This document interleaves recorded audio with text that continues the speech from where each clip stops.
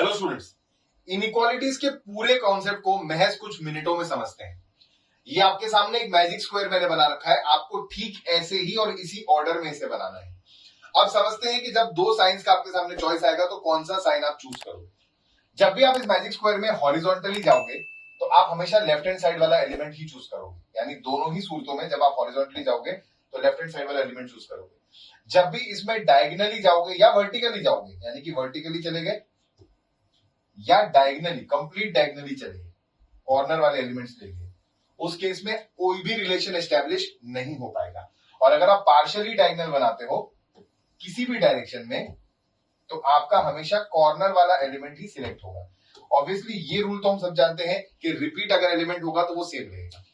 अब अगर इतना कॉन्सेप्ट हमें समझ में आ गया है तो फटाफट से इसका प्रैक्टिकल वर्जन देख लेते हैं एक बार। तो सवाल हमसे यहाँ पे पूछ रहा है a greater than b greater than equal to b greater than equal to c। Same है तो ये सेम ही रहेगा, इसमें कोई रॉकेट साइंस नहीं है। ग्रेटर देन और इक्वल टू, जब मैं इसकी बात करूंगा तो ग्रेटर देन और इक्वल टू में कॉर्नर वाला एलिमेंट सिलेक्ट होगा तो a greater than c। Less than और less than equal to, less than और लेस देन इक्वल टू ये हॉरिजॉन्टल है तो लेफ्ट वाला सिलेक्ट होगा a लेस देन c। ग्रेटर देन सेम है तो a greater than c। Less than और इक्वल टू है तो फिर से आपका जो है कोने वाला एलिमेंट सिलेक्ट हो जाएगा तो a लेस देन c। अब इसी को आगे बढ़ाते हैं।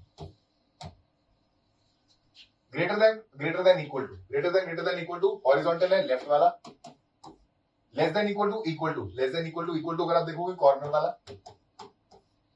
Greater than equal to again corner वाला element, greater than equal to left side same, और ये आ गया आपका वर्टिकल। वर्टिकल के केस में नो रिलेशन, तो यहाँ पे आपका कोई भी रिलेशन नहीं होगा। अब अगर ये कॉन्सेप्ट आपको इजीली समझ में आ गया है तो फटाफट से मुझे जो है इस क्वेश्चन का आंसर कमेंट बॉक्स में डाल करके बताइए।